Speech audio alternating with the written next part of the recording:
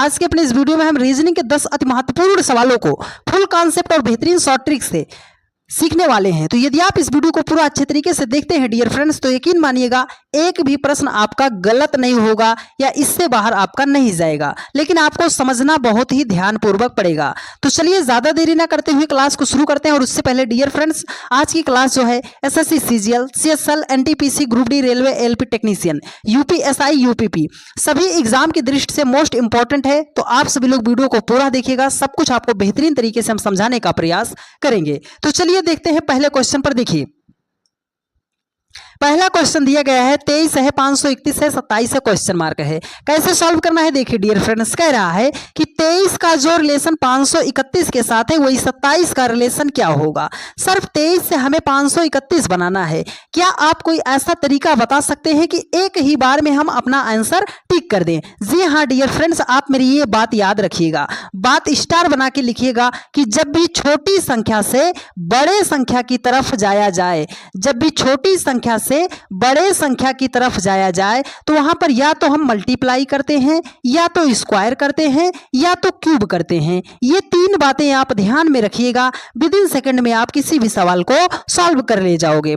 तो अगर सर 23 से हमें 531 बनाना है, अगर हम मल्टीप्लाई करेंगे तो बहुत बड़ी संख्या से मल्टीप्लाई करना पड़ेगा, तो मतलब मल्टीप्लाई नहीं करते हैं हम। दूसरी बात क्या करते हैं सर, स्क्वायर चेक करते हैं। क्या करते हैं? स्क्वायर चेक करते हैं। तो यहां पर 23 है, अगर हम 23 का स्क्वायर कर देते हैं तो 23 का स्क्वायर होता है 529 होता है। सर उसने लिखा है 531 लिखा है, तो 529 से हम 31 कैसे बना सकते हैं? सर 529 में अगर हम 2 को जोड़ेंगे तो 531 आ जाएगा। चलिए सर यहाँ पर संख्या 27 दी गई है, तो क्या हम 27 का भी स्क्वायर कर दें? तो 27 का स्क्वायर करते हैं तो संख्या निकल कर आती है 729 निकल कर आती है। सर यहाँ पर हमने 2 एक्स्ट्रा ऐड किया था, तो 729 में भी 2 एक्स्ट्रा ऐड कर देंगे तो संख्या हो जाएगी 731 हो जाएगी। तो 731 सर ऑप्शन सी में दिया गया है और यही आपका राइट आंसर हो जाएगा। उम्मीद करते हैं आप सभी लोगों ने मेरी बातों को ध्यानपूर्वक समझने का प्रयास किया होगा। तो चलिए डियर फ्रेंड्स चलते हैं नेक्स्ट क्वेश्चन पर। देखिए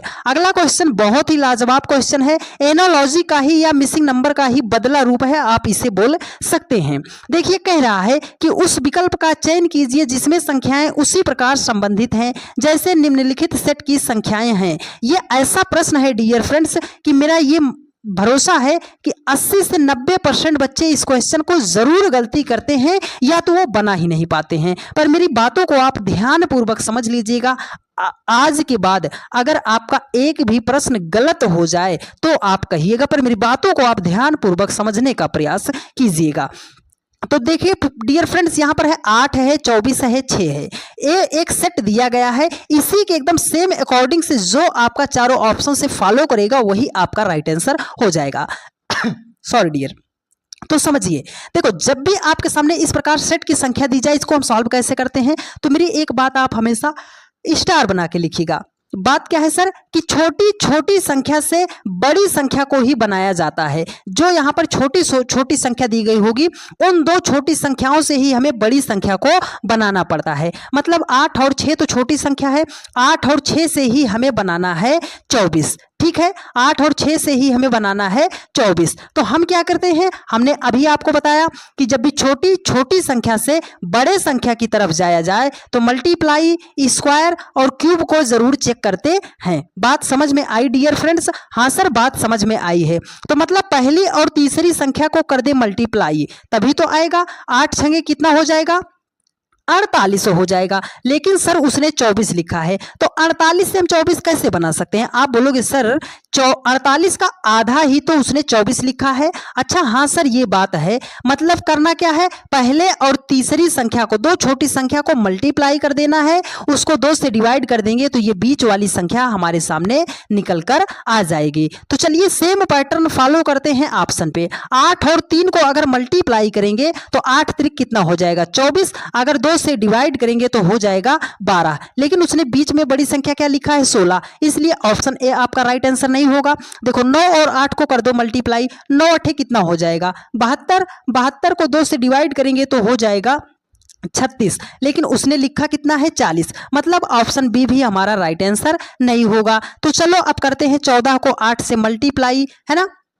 तो 14 को 8 से मल्टीप्लाई करेंगे, मतलब 14 गुणे कर देंगे 8, डिवाइड कर देंगे 2 से, तो 2 हो जाएगा 7, 7 अठे कितना हो जाएगा 56 हो जाएगा, लेकिन उसने लिखा है 44। तो ऑप्शन थर्ड भी हमारा राइट आंसर नहीं होगा। तो एक ही ऑप्शन बचा है, वही हमारा राइट आंसर हो जाएगा ऑप्शन डी। लेकिन हमें रूल को अपने फॉलो कराना है। तो 3 और 8 को कर दो मल्टीप्लाई, 3 अठे हो जाएगा 24, 24 को देंगे 2 से भाग तो हो जाएगा 12 हो जाएगा। सर बीच में उसने 12 ही बड़ी संख्या लिखा है। मतलब ये लॉजिक से आपको सवाल को सॉल्व करना पड़ेगा डियर फ्रेंड्स। ऐसे सवालों में टाइम तो आपका लगेगा ही लगेगा, लेकिन लॉजिक आपको पकड़ना पड़ेगा। तो मेरी ये बात आप हमेशा याद रखिएगा, CHL, CGL, MTS ऐसा कोई एग्जाम नहीं जहां इस टाइप का पेपर छपा नहीं। ये मिसिंग नंबर का ही आप समझ लो कि बदला रूप है, और ये भर भर कर अब सभी एग्जामों में पूछा जाने लगा है। तो गौर कीजिएगा, हमेशा स्टार जो बात बताए हैं याद रखिएगा कि हमेशा छोटी छोटी संख्या से बड़ी संख्या बनाने का प्रयास आप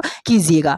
ठीक है डियर फ्रेंड्स, तो चलिए चलते हैं नेक्स्ट क्वेश्चन पर। बस आप सभी लोग आज के अपने सेशन में हम 10 ही सवालों को सॉल्व करेंगे। थोड़ा सा तबीयत की दिक्कत है डियर फ्रेंड्स, तो हम आज 10 ही सवाल को सॉल्व करेंगे। नेक्स्ट वीडियो से हम अपने 20 क्वेश्चन को सॉल्व करते हुए चलेंगे। देखिए डियर फ्रेंड्स, कह रहा है कि दिए गए विकल्पों में से उस संख्या का चयन कीजिए जो निम्नलिखित श्रेणी में प्रश्नवाचक चिन्ह को प्रतिस्थापित कर सकती है।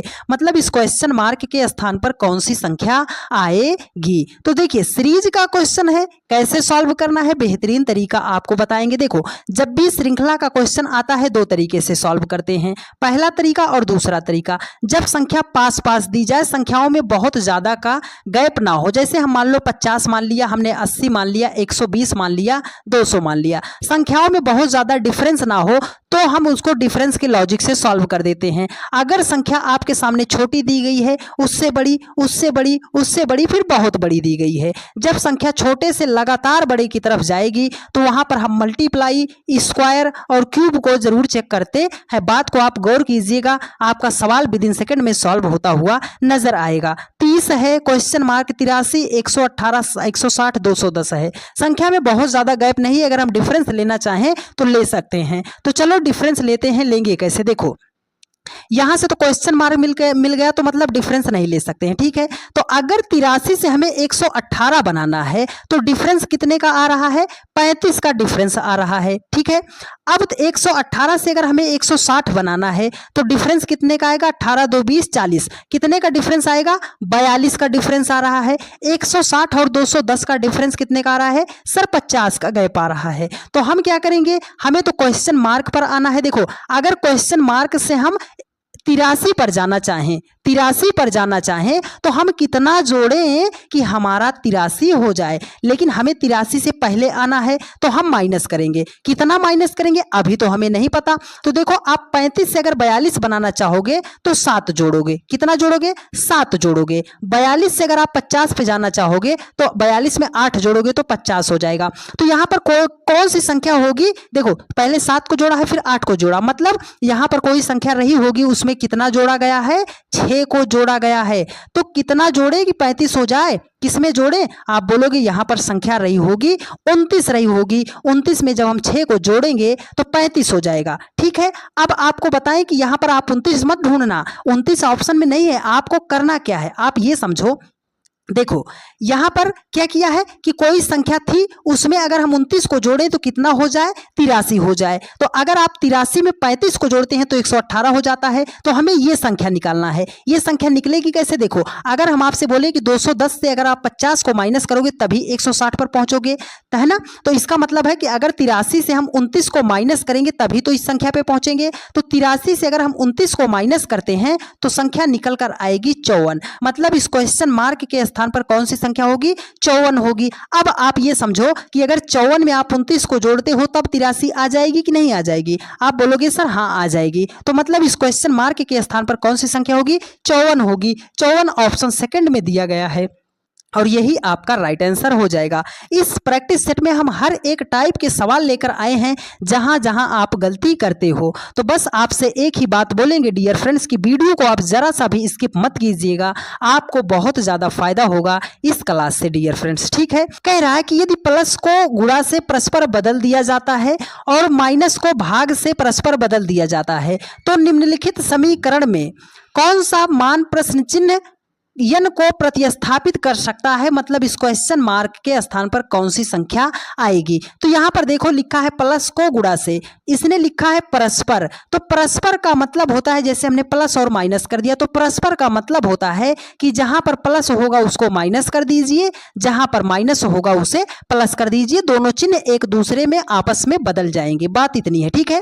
तो चलिए अब हम सबसे पहले चिन्ह बदलते हैं। यहां पर प्लस है, उसने बोला है प्लस को आप कर दीजिए गुणा, तो हमने इसको बना दिया गुणा। यहां पर भाग है, तो सर बोल रहा है कि भाग को कर दीजिएगा आप माइनस कर दीजिएगा, तो हमने माइनस कर दिया, ठीक है।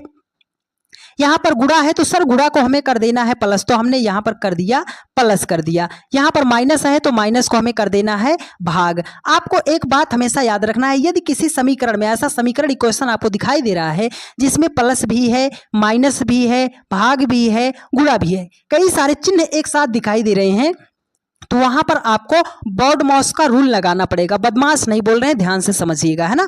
बर्ड मॉस का रूल बता रहे हैं। अगर आपको सबसे पहले कहीं ब्रैकेट दिखाई दे रहा है तो उसे सॉल्व कीजिए, अगर ब्रैकेट नहीं है, कहीं पर का लिखा है उसमें, तो आप उसे सॉल्व कीजिए। अगर का नहीं दिखाई दे रहा है तो आप सबसे पहले भाग को सॉल्व कीजिए, फिर गुणा को सॉल्व कीजिए, फिर प्लस को सॉल्व कीजिए, और सबसे लास्ट में आप माइनस को सॉल्व कीजिए। तो सबसे पहले इसमें देखो को का कहीं पर नहीं लिखा है, तो हम भाग को सॉल्व करेंगे। भाग यहां पर है, तो 19 चौकम कितना हो जाएगा, 76 हो जाएगा। ये सवाल बन गया 18 गुणे 9 माइनस 53 प्लस 4।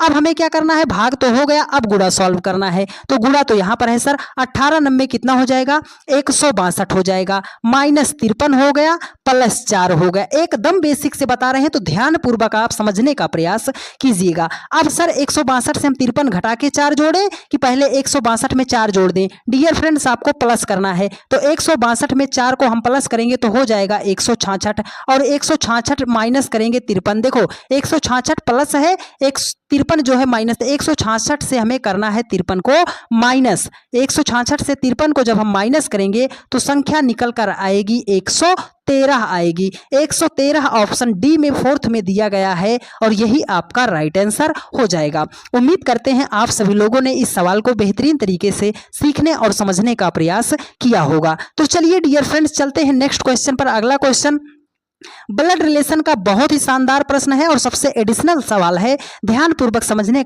का प्रयास कीजिएगा। देखिए यहां पर एक इक्वेशन दिया गया है, इक्वेशन के माध्यम से हमें रिश्तों की पहचान करना है। तो रिश्तों की पहचान हम कैसे करेंगे डियर फ्रेंड्स? देखो मेरी बात आप समझिएगा। जब भी ऐसा प्रश्न आता है तो हमें करना क्या पड़ता है? जब भी ऐसा प्रश्न दिया जाएगा तो हमें क्या करना है, सबसे पहले आप जब भी ऐसा प्रश्न आएगा उसको आप अपने ऊपर लेकर सॉल्व करने का प्रयास कीजिएगा। डियर फ्रेंड्स, तो यहाँ पर ये जो इक्वेशन दिया गया है इसको हम सॉल्व कैसे करेंगे? देखो यहाँ पर उसने लिखा है कि a प्लस बी का अर्थ है a जो है b की बहन है। तो अब आप बहुत सारे लोग करते हैं कि सर यहाँ पर तो a b दिया ही नहीं गया है, तो वो करते क्या है? देखो आपको a b से नहीं मतलब है, मतलब है इस प्लस से। प्लस से मतलब करने का क्या मतलब है कि जहां पर प्लस दिया गया है, देखो ए पहले है बी बाद में है, तो ये जो पहला वाला होगा वो दूसरे वाली की क्या होगी, बहन होगी। बस इतना आपको समझना है, ठीक है। तो चलो हम फॉलो करते हैं, इसका आप ग्राफ बनाते हैं, ठीक है। देखो कह रहा है कि a प्लस बी का अर्थ है a b की बहन है, यहां पर प्लस है, प्लस का मतलब क्या है, भी जो है u की बहन है। तो हमने बना दिया कि ये जो भी है ना u की क्या है, बहन है, ये भी जो है u की बहन है। तो देखो जहां पर भी फीमेल की बात आएगी उसे हम माइनस कर देंगे, जहां पर मेल आएगा उसे हम प्लस कर देंगे, ठीक है।